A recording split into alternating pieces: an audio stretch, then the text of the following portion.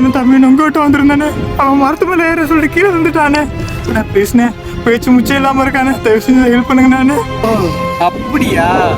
உன்ன மாதிரி திருட்டு பையனை எத்தனை பேர் நான் பார்த்துருப்பேன். உன்ன மாதிரி ஆளுக்கு எத்தனை பேர் குடும்பத்தை நான் நாசம் பண்ணியிருப்பீங்க. உங்களை மாதிரி ஆளுக்கு இருக்கனால யார் யாருக்கு உதவி பண்ணுன்னு கூட தெரியாம போச்சு எங்களுக்கு. இப்ப ஐயோ, நான் சொல்றேன் நம்புங்கண்ணே, என் தம்பி எங்க உயிருக்கு போராடிக்கிட்டு இருக்கானே. அதை வாங்கினே, தயவு செஞ்சு வந்து ஹெல்ப் பண்ணுங்கண்ணே. அண்ணே காட்டு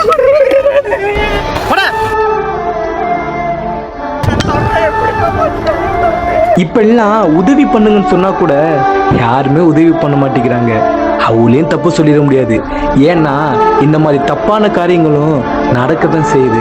பைக்கில் போகும்போது ஹெல்ப் பண்ணுன்னு நினைச்சீங்கன்னா சேஃப்டியா போய் ஹெல்ப் பண்ணுங்க.